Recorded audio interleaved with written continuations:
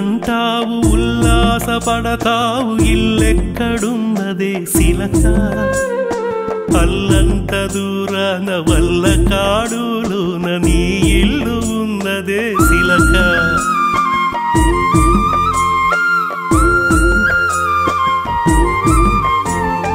అన్నదమ్ములనుచు ఆలు బిడ్డలనుచు ఆ పోహ నీకేల శిలక